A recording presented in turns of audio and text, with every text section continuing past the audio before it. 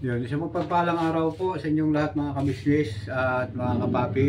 At good evening po sa inyong lahat.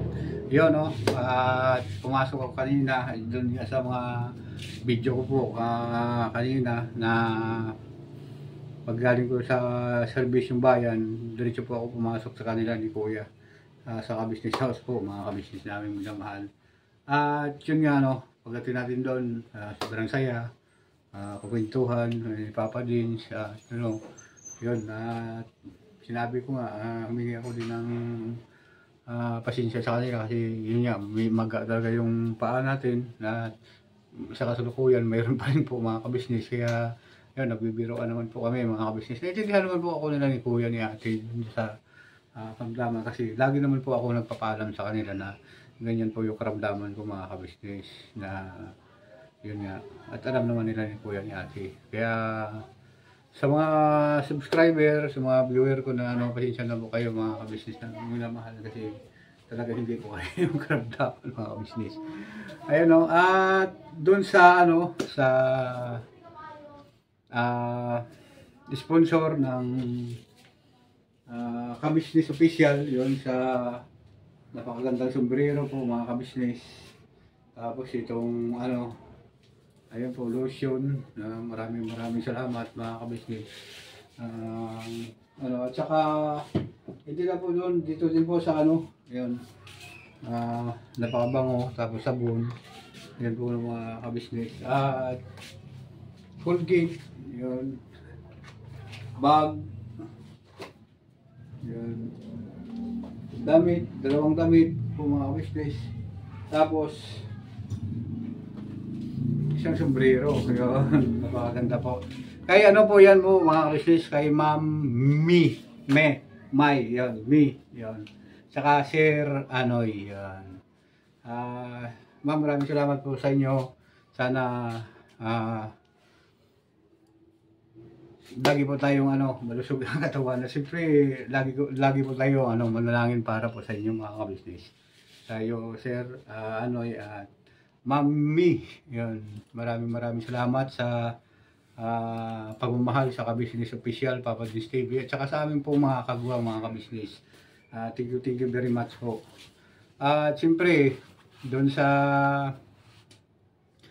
nagmamahal sa amin na wala sawang tulong at suporta, thank you very much po sa inyo mga kabisnes, at saka yung nanood sa akin kagabi doon sa simpleng vlog ko lang ngayon, yun mga kabisnes. Yung maraming salamat sa inyong pagsubaybay, yun, at walang sawang pagsuporta sa kay Kuya nyo Damulag mga kabisnes at mga kapapi, yun. At siyempre dito ngayon si Presi mga kabisnes, at bati ko rin Presi dito malapit ka dito. Magandang gabi po mga kabisnes, lalo na kay Kuya, kay Ate, at kay Papa Dins, kay Boss Dave, kay Budang, at sa mga IMS, kapatid kong IMS, at mga kagwang. Maraming salamat po, at maraming pong salamat sa sponsor kay Damulag. Ayan, siyempre at yun, sa aking idol na si Pretty Mind. Pretty Mind 143. 143. Yun po mga kabisnes. At siyempre yun nga po, nagpapaalam na po siya na talagang hindi niya nakaya yung pagod po kasi madaling araw pa rin po siya na pumasok mga kabisnes para kahit paano yung mga pambayad-bayad. So sa medyo kapos sa buhay po mga kabisnes. At kaya naman po namin mga kabisnes kasi alam naman namin na nandiyan si Kuya sila ni Ate, pero siyempre kailangan po na talaga na magsikap at pakita namin na strong kami mga kabisnes. At saka yun po mga kabisnes, yun na po rin kung ka na, okay na, pahinga ka. Sige po, si Damulag na lang po munang kasi po ako sobrang pagod na rin po mga kabisnes. Maraming pong salamat sa inyo. Ayun. At saka siyempre sa mga naghahanap sa iyo na namimiss ka rin nila, yun, ay sorry na natalikuran kita.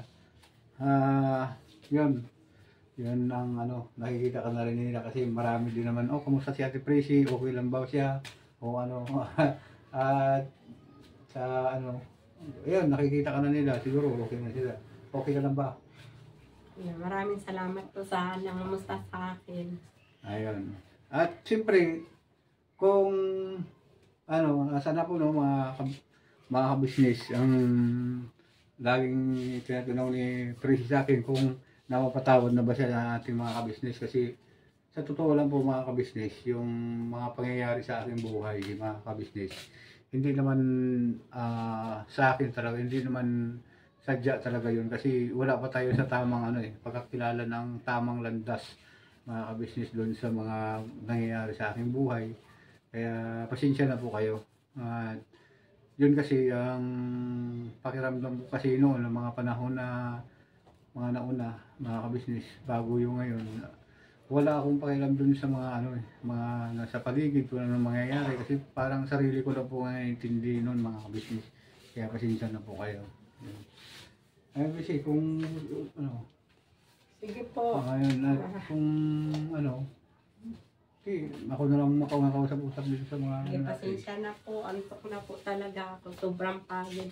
Lagi po kayo mag-iingat mga ka-business kasi po sobrang init po talaga ngayon. Sobrang init Kahit talaga. ako nga po nanghihina sa init.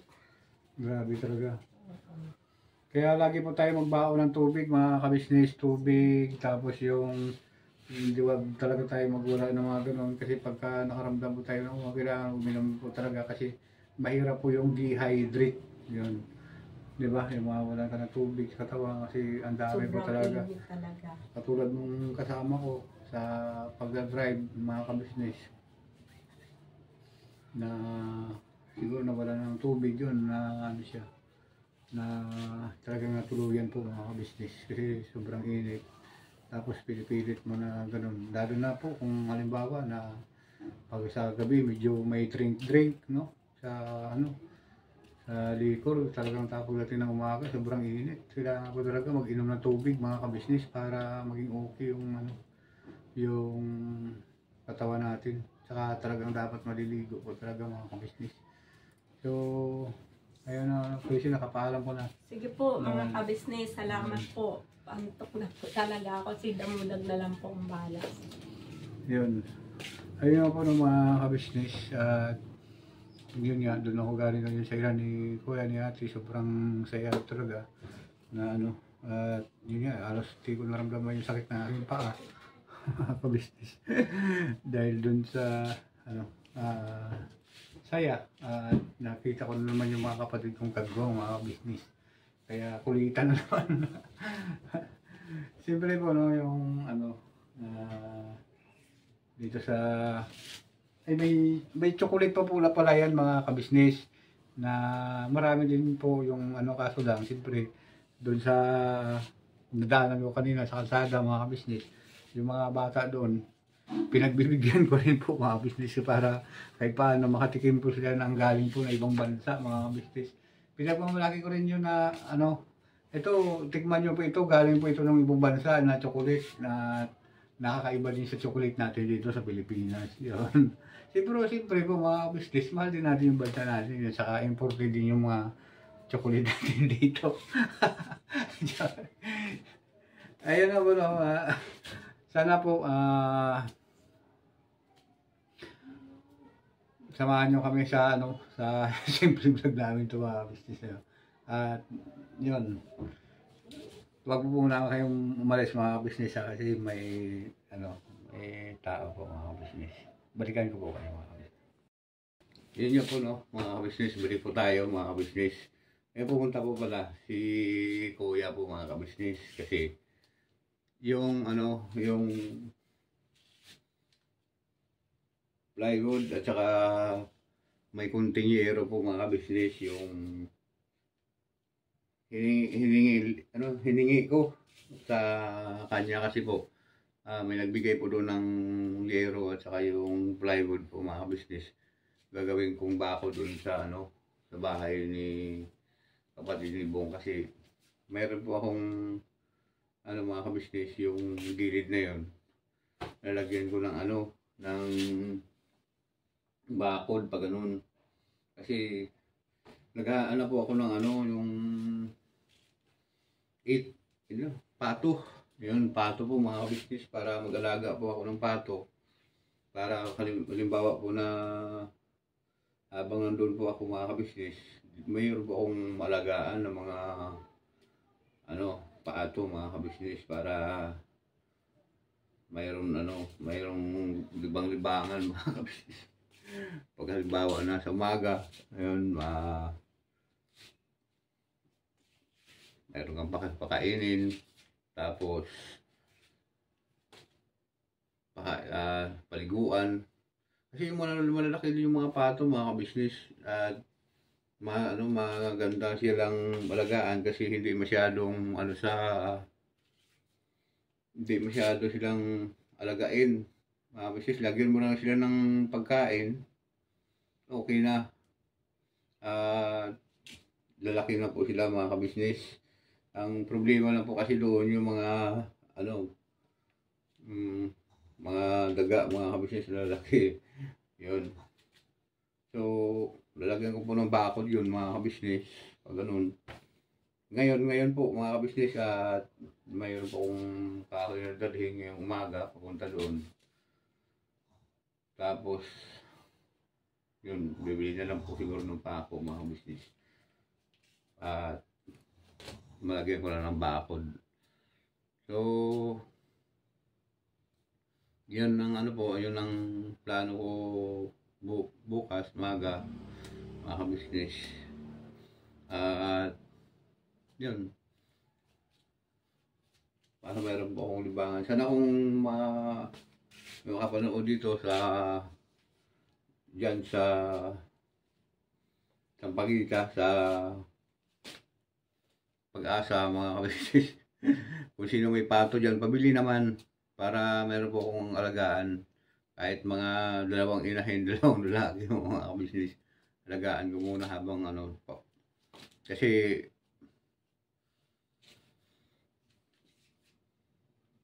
gano'n pagkagising mo ng mga 10, yan.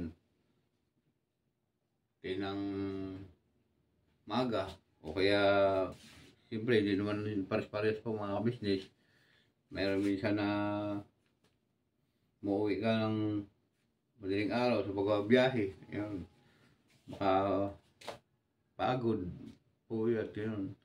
Kaya kita nyo naman po yung natin, yung minsan mayroon tayong mga vlog na hindi po ako nakakatulog mga kabisnes dahil sa kaisip din ng mga suliranin sa buhay. At siyempre, hindi lang dun sa mga kabisnes, para pag halimbawa na may mga okasyon, ganyan, pag marami na tayong pato, kahit paano makatulong-tulong. Tsaka po, ayun po talaga ang ko dati, yung mga alagang mga pato mga kabisnes. Kasi natutuwa po ako sa kanila dahil ang bilis nilang dumami. Ayan. Para silang lang, yung mga kambing, kasi pakawalan mo lang sila. Ayan, kakain sila po dyan, lagyan mo na ng tubig, yun. Lagahan mo sila ng tubig, tapos maglagay ka ng simento na halimbawa basa sila, mayroon silang mga patungan para hindi yung mga paa nila masyado nawabad sa tubig. Lagyan ng pagkain, iwanan mo na lang po, okay na. Basta importante po may bakod na hindi po sila makaalis po mga kabisnes. Yun. At kukunin ko lang din ngayon. Nantay ko lang din po si Priscilla makapahinga. Alis din po ako ng madaling araw mga kabisnes para akutin na po yung mga kahoy. Yun. At yun, makakasimula na po ng paggagawa doon sa kabisnes. Ayun na po, at nagpapasalamat din po ako kay Kuya Ate Kabisnes sa inyong pagmamahal kay Kuya Damulag. At siyempre sa mga kapatid kong bagwang, thank you very much sa pag-unawa nyo po yung Damulag, kasi naintindihan nyo po yung kalagayan ko. Yung naramdaman ko po mga kabisnes. Iba na talaga yung iba na talaga yung katawan mga kabisnes parang sobrang marami ng karamdaman. Kaya siguro po mga kabisnes, kailangan ko ng ensayo. Ngayon, kunting ensayo. Yan iniinda ko po yung sakit pag nagganito ako mga kabisnes. Kaya kailangan ko may ginagawa talaga para po, hindi may stuck yung mga joint. Kasi madalas naman po akong mga business kaso lang na hindi na ako naglaro nung nakaraan kasi yun nga yung naramdaman ko. Pero kailangan ko po siguro kahit paunti-unti jogging po mga kabisnes. Kaya yun ang plano ko na habang nandyan ako sa bahay ni Bong. Yun, ang gagawin ko, magpaplano ako ng paggawa ng mga pag-aalaga ng mga hayop para sa ganun po makatulong-tulong po sa buhay kasi pagka wala pong pera pwede ko magbinta. Kasi presin naman po pumapasok magtrabaho po sa mga business. Ayun, at maya mga 2 siguro ganyan mga business. Ayun, isamahan ko sa jeep, sasakay sa taas, ganun po, para pumasok mo sa kanyang trabaho. Siguro, doon na rin siya, total, okay na din naman po ang kanyang sakit. Kasi nagkaroon din po siya ng karamdaman mga business Tulad sa akin, okay na rin po ako. Kaso medyo dito sa bahay ni kapatid na Bong, medyo pagbaba mo ng jeep, medyo malayo pa yung lakarin, kaya mag-tricycle na siguro puro siya, diretso doon, para doon na rin po ang aming uwi mga business. So, yun.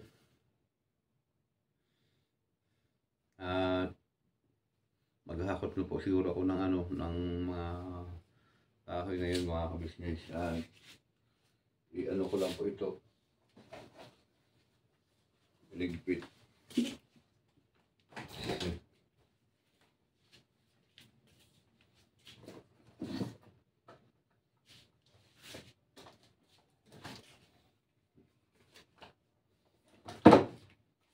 Para po maayos na makasimulan na po ako ng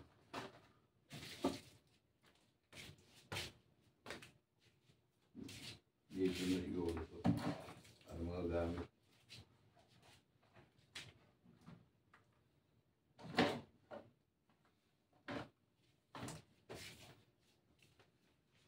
Ayun po mga kabisnes at mga kapapi, maraming salamat sa pagsama sa simpleng vlog na ito mga kabisnes. At siyempre sa Luzon, Visayas, Mindanao, magandang gabi po sa inyo. Ganoon din sa mga kapatid natin sa bayong dagat, mga kabisnes namin minamahal na hanggang ngayon nagtatrabaho. Pero alam ko po yun kasi mga kabisnes, ngayon sa kabilang sa ibang bansa maaga ngayon mga kabisnes. Hindi katulad dito sa Pilipinas na gabi. Doon sa kanila ngayon umaga, tapos nagtatrabaho sila. Kami naman dito sa Pilipinas matutulog na. Yun. Maraming salamat po sa inyo mga kabisnes. Yun kay Ma'am Jocelyn Torres, yun, nabasa ko yung komento muna. At tungkol kay tatay doon sa amin mga kabisnes. At yun nga, sabi ni Ma'am Jocelyn Torres, bakit wala ako nung unboxing? Wala daw ako nung unboxing pala nung Sabado po mga kabisnes. Yun, nagpatawag naman po yun si Kuya. Sa aking kaso lang mga kabisnes, mapasensya na kayo kasi sobrang maga din po talaga ng ng paa ko. Hindi ko po kinakain yung ano pa noon, yung kirot po mga business, kaya hindi po ako nakapunta. Yun, pasensya na po mama, kasi alam ko po na ano, hinahanap niyo po ako dun sa time na yun. At yun na nga po, itong ano, kahit na po kasi wala po ako doon. Kapag ka mayroon po kasi talaga yung mga sponsor yun, hindi po pwede po na, hindi po yun ibibigay sa mga kagwang mga kabisnis. Kapag ka para po sa kanino, ano, sa akin, yun, makakarating po talaga sa akin yun, 100% may dagdag pa.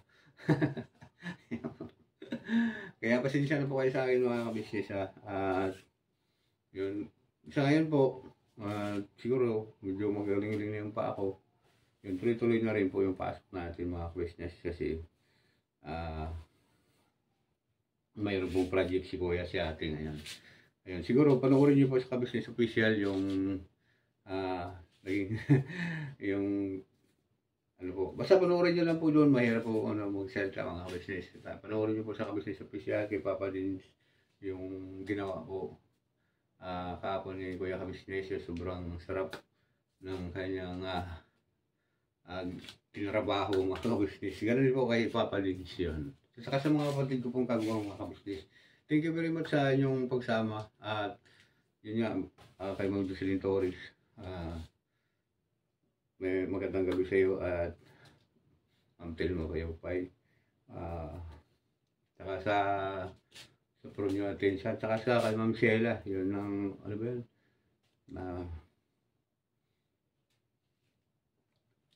Yun, basta isa daw sa'yo, nakalimutan ko yung lugar, makalimutan na talaga ako po mga kabisnes.